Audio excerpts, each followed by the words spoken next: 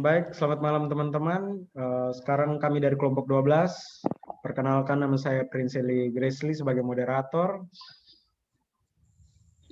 Perkenalkan, nama saya Densilia Ambas. Pemateri pertama.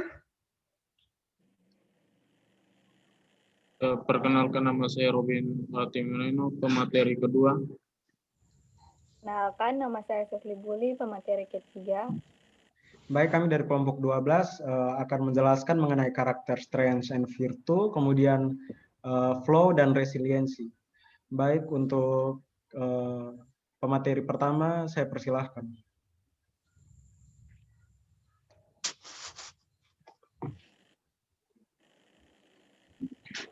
Di sini saya akan menjelaskan tentang materi karakter strength and virtues. Karakter strength and virtues artinya kekuatan dan kebijakan karakter, yang merupakan sebuah buku karangan Christopher Peterson dan Martin Seligman 2004 yang mencoba mengkaji ukuran cita-cita humanis tentang kebijakan secara empiris, cara ilmiah yang ketat. Karakter strength and virtues dimaksudkan untuk memberikan kerangka teoritis untuk membantu dalam mengembangkan aplikasi praktis untuk psikologi positif. Karakter strength and virtues mengidentifikasi beberapa kelas kebijakan, yaitu kebijakan inti yang terdiri dari beberapa kekuatan karakter yang dapat diukur, yaitu kearifan dan yang pertama, kearifan dan pengetahuan, seperti keingintahuan, keterbukaan pikiran, cinta belajar. Yang kedua, keberanian, seperti kekuatan, integritas, dan semangat. Yang ketiga, kemanusiaan, seperti cinta, kebaikan, dan kecerdasan sosial. Yang keempat, keadilan, seperti kewarganegaraan dan kepemimpinan. Yang kelima, temperance, seperti pengampunan dan belas kasihan.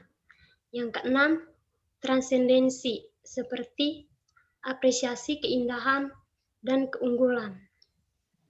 Karakter strength and virtues menunjukkan bahwa 6 kebijakan tadi dianggap baik oleh sebagian besar budaya, dan sepanjang sejarah ia mempraktikkan sifat-sifat dan mengharap pada peningkatan kebahagiaan. Terlepas dari banyaknya pengingatan, saran dari universitas ini mengisyaratkan bahwa selain mencoba memperluaskan ruang lingkup penelitian psikologis, dapat juga masukkan kesehatan mental.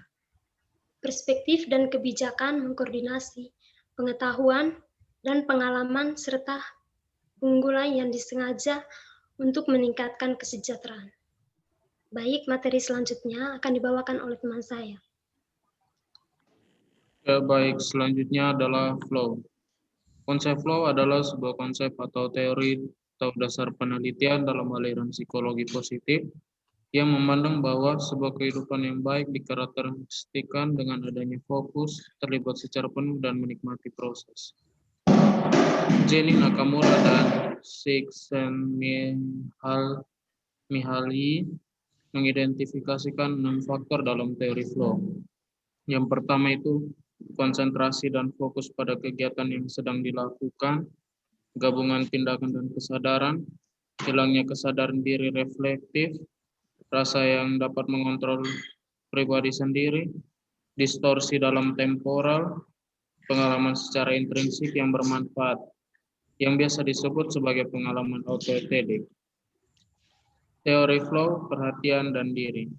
Untuk memahami apa yang terjadi dengan pengalaman flow, diperlukan model yang lebih umum dari pengalaman, kesadaran, dan diri yang dibangun bersama dengan konsep flow. Dalam model ini, seseorang dikonfrontasikan dengan banyak informasi. Kesadaran merupakan sistem yang kompleks yang dikembangkan dalam diri manusia dari informasi yang dipilih, diproses, dan disimpannya. Yang selanjutnya adalah personalitas autotelling. Teori dan penelitian flow memiliki fokus dan fenomenologi dan personalitas. Tujuannya untuk mengetahui perubahan pengalaman dan kondisi optimal.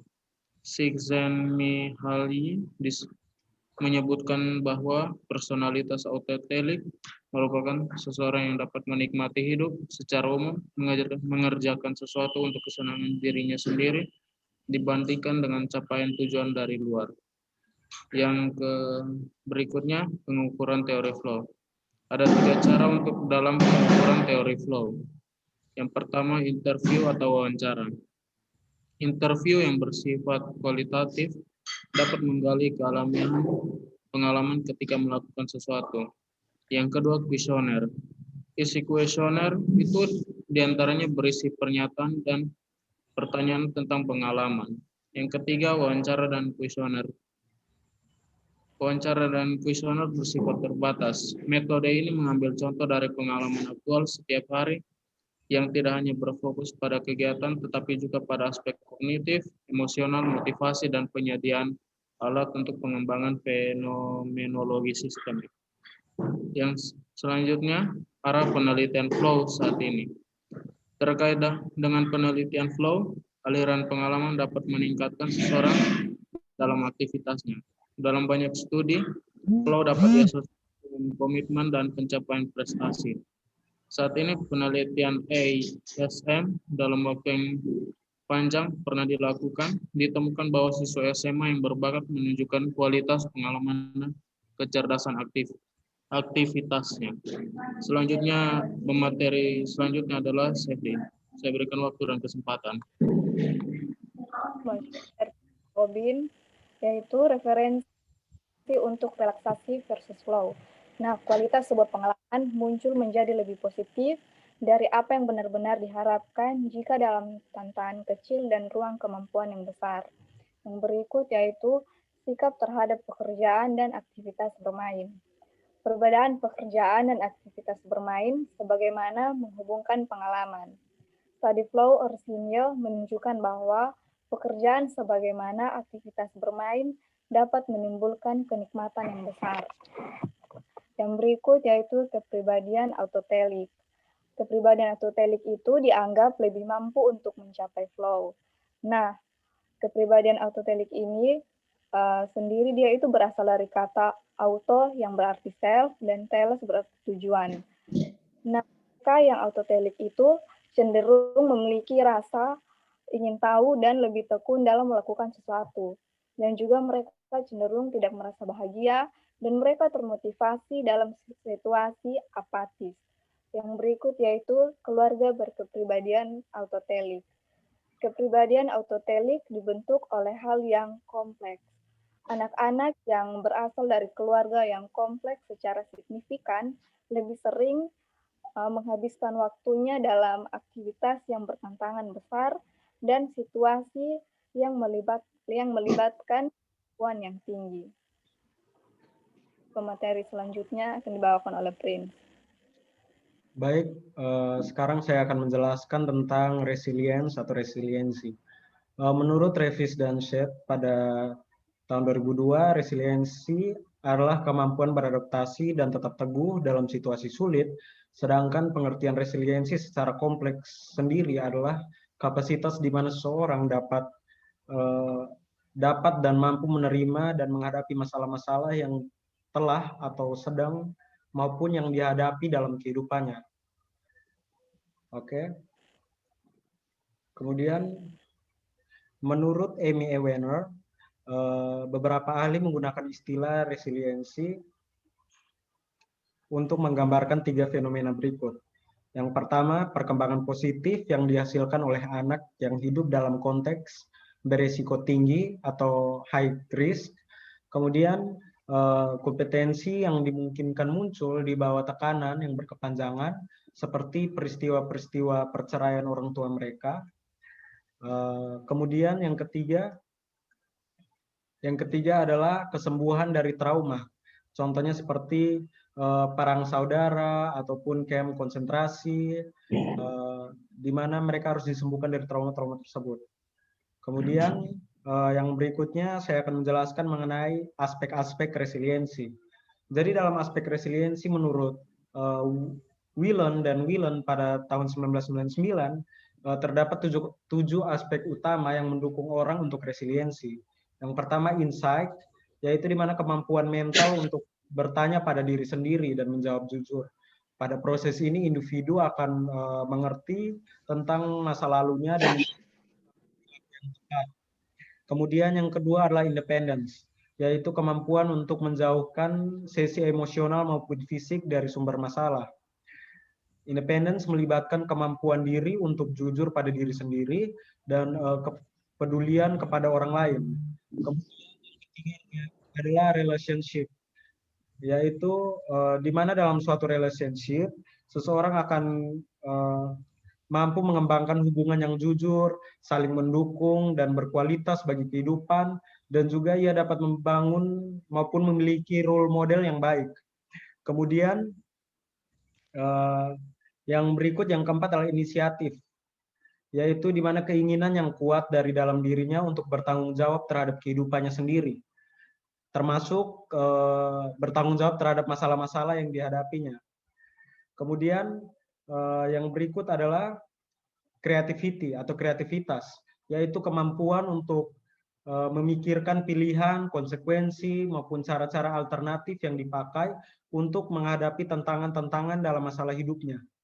Yang berikut, aspek resiliensi yang berikut adalah humor, yaitu kemampuan seseorang untuk melihat sisi terang dan bahagia dari dirinya sendiri maupun kehidupannya dalam situasi apapun, entah situasi dia sedang down maupun situasi dia sedang high, dia akan melihat sisi terang dari dirinya sendiri.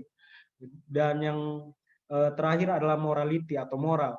Ini ditandai dengan kemampuan individu untuk hidup lebih produktif dan mengambil keputusan yang tepat ataupun bertindak atas dasar hati nuraninya. Kemudian yang berikut saya akan menjelaskan mengenai kemampuan dasar dari resiliensi. Jadi selain aspek-aspek yang terdapat dalam resiliensi, terdapat juga kemampuan dasar yang dimiliki orang dalam membentuk resiliensi. Hal itu menurut Travis dan Shedd. Yang pertama adalah regulasi. Regulasi seperti regulasi emosi, yaitu kemampuan untuk tetap mengontrol emosionalnya. Kemudian pengendalian impuls, yaitu kemampuan untuk mengendalikan kesukaan, tekanan, keinginan, dan dorongan. Kemudian optimisme, yaitu kemampuan untuk tetap percaya pada diri sendiri. Yang kemampuan berikut adalah kemampuan analisis penyebab masalah, yaitu kemampuan individu untuk mengidentifikasi masalahnya secara akurat, mencari sumber masalahnya, kemudian ia mulai menganalisis masalah yang pernah dihadapinya. Kemudian kemampuan yang berikut adalah empati. Itu berkaitan dengan kemampuan individu yang dapat membaca perasaan psikologis dari orang lain.